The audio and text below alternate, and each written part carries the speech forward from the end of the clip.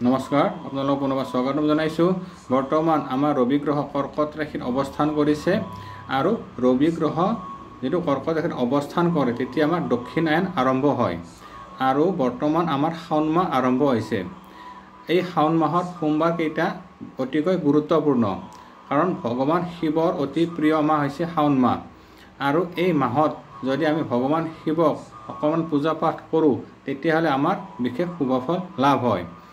সকলো দেৱতাৰ ভিতৰত দেৱাদিদেৱ মহাদেৱে হৈছে যিয়ে একমাত্ৰ দেৱ অতি সহজে প্ৰসন্ন হয়। ভগৱান শিৱ কেৱল শ্ৰদ্ধা আৰু ভক্তিৰহে প্ৰয়োজন হয়।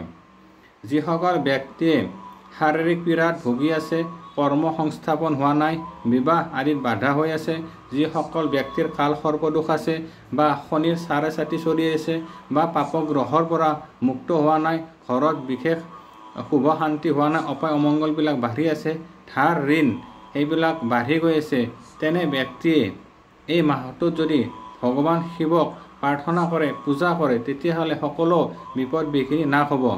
যিসকল ব্যক্তিৰ মনোবাঞ্ছা পূৰণ হোৱা নাই বা বিভিন্ন পীড়াজনিত ৰোগত কষ্ট পাই আছে তেনে ব্যক্তিৰ ওপৰত ভগৱান শিৱক যদি প্ৰাৰ্থনা কৰে তেতিয়াহ'লে সেই ব্যক্তিৰ বিশেষ উন্নতি হ'ব।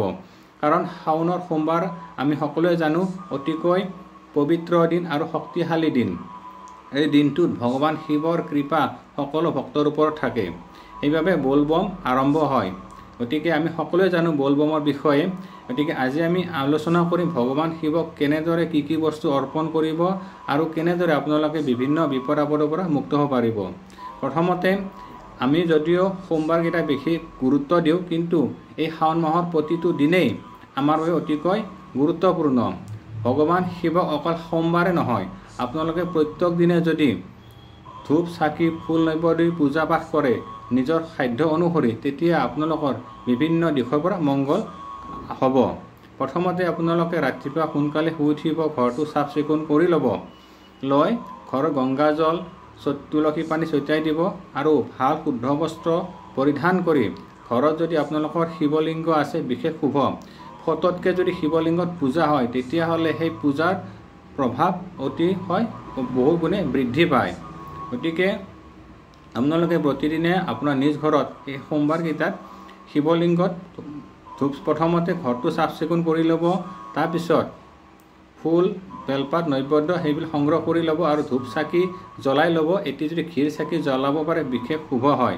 লগতে আপোনালোকে সাধ্য অনুসৰি প্ৰসাদ দিব, কল বুট আপোনাৰ আম আদি যেনে আপুনি যি ভাবে পাৰে সেইখিনি আপোনালোকে আগবঢ়াই দিব আৰু শিৱলিংগত পঞ্চ অমৃতেৰে পূজা কৰাব লাগে। প্ৰথমতে আপোনালোকে শিৱলিংগত গংগাজল দিব, তাৰপিছত আপোনালোকে দধি দুগ্ধ ঘৃত মধু শৰ্কৰা এই পাঁচটা বিধক পঞ্চ অমৃত বুলি কোৱা হৈছে। প্ৰথমতে আপোনালোকে জল দিব, তাৰপিছত কেঁচা গাখীৰ দিব, তাৰপিছত আকৌ পানী দিব, তাৰপিছত দৈ গাখীৰ দিব, আকৌ পানী দিব, তাৰপিছত আপোনালোকে চেনি দিব, আকৌ পানী দিব, তাৰপিছত আপোনালোকে ঘি দিব, তাৰপিছত মৌ দিব। এনেদৰে আপোনালোকে শিৱলিংগত অৰ্পণ কৰিব আৰু গংগাজল অৰ্পণ কৰিব।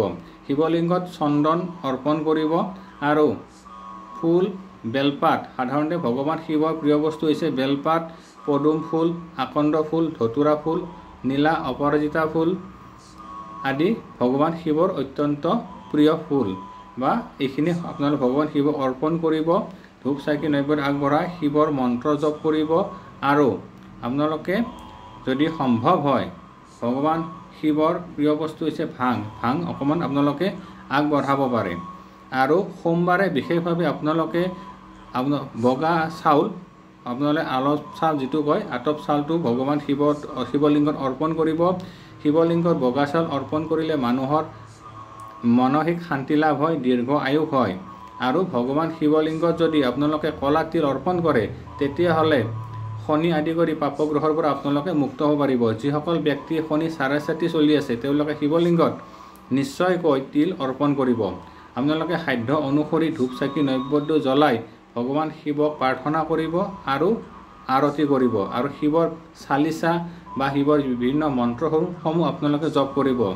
ইয়াৰ পিছত আপোনালোকে যদি দুখীয়া মানুহক দান দক্ষিণা কৰিব পাৰে তেতিয়াহ'লে বিশেষ শুভ হয়।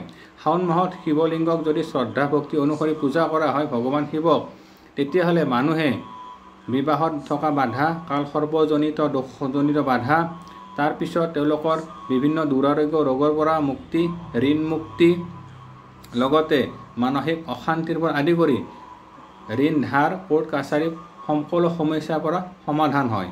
গতিকে আপোনালোকে এইখিনি নিশ্চয় কৰিব আৰু ভগৱান শিৱক শ্ৰদ্ধা ভক্তি অনুসৰি প্ৰাৰ্থনা কৰিব।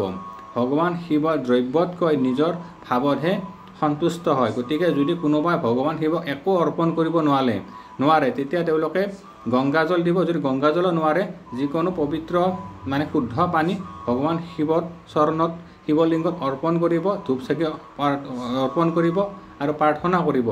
তেতিয়া ভগৱান শিৱ সন্তুষ্ট হ'ব আৰু আপোনালোকৰ মনোবাঞ্ছিত ফল শিৱই নিশ্চয় প্ৰদান কৰিব। কাৰণ ভগৱান শিৱক ভোলানাথ বুলি কোৱা হৈছে, যে একেবাৰে ভোলা, কেৱল ভক্তৰ ভাৱহে তেওঁ দেখে। গতিকে আপোনালোকে যি দ্ৰব্যৰে অৰ্পণ নকৰক কিয়, যদি শুদ্ধ মন আৰু ভক্তি থাকে ভগৱান শিৱ তাতে প্ৰসন্ন হ'ব আৰু আপোনালোকে মনোবাঞ্ছিত ফল নিশ্চয় লাভ কৰিব। এইখিনি সময়ত আমি বিভিন্ন ঠাইত শিৱলিংগ বা শিৱ মূৰ্তি বা বিভিন্ন মঠ মন্দিৰ দৰ্শন কৰিব লাগে, বিশেষ শুভফল লাভ হয়। কিন্তু আপোনালোকে যদি নিজৰ ঘৰতে এই শাওনৰ প্ৰত্যেকটা দিনে আপোনালোকে নিয়ম নীতি অনুসৰি পালন কৰে তেতিয়াহ'লে ঘৰখনো মুক্ত হ'ব। যদি কিবা বাধা বিঘিনি আছে, ঘৰখনত নিগেটিভ শক্তি আছে, সকলোখিনি আঁতৰি যাব। আৰু মই এইটো কৈছোঁ যে অকল শাওণ মাহ বুলি নহয়, আপোনালোকে বছৰত 365 দিনে ভগৱান শিৱক প্ৰাৰ্থনা কৰক, তেতিয়া দেখা পাব আপোনালোকৰ বিভিন্ন দোষবিলাক নিবৃত্তি হ'ব আৰু সুখ শান্তি সমৃদ্ধি লাভ হ'ব। আমি মানুহবিলাকে অকল শাওণ মাহৰ ওপৰত বিশেষ গুৰুত্ব দিওঁ, কিন্তু আমি যদি প্ৰত্যেক যে শাওণ মাহত আমি ভগৱান শিৱক যেনেকৈ পূজা প্ৰাৰ্থনা কৰোঁ তেনেকৈ যদি গোটেই বছৰটো আমি ভগৱান শিৱক প্ৰাৰ্থনা কৰোঁ তেতিয়াহ'লে আপোনালোকে ভাবক আপোনালোকে কিমান শক্তি লাভ কৰিব, আধ্যাত্মিক উন্নতি, মানসিক শান্তি, আৰ্থিক উন্নতি, লগতে ৰোগ মুক্তি আপোনালোকে নিশ্চয় লাভ কৰিব। আজিলৈ ইমানে, পৰৱৰ্তী সময়ত পুনৰ লগ পাম। ধন্যবাদ। ওম নমঃ শিৱায়।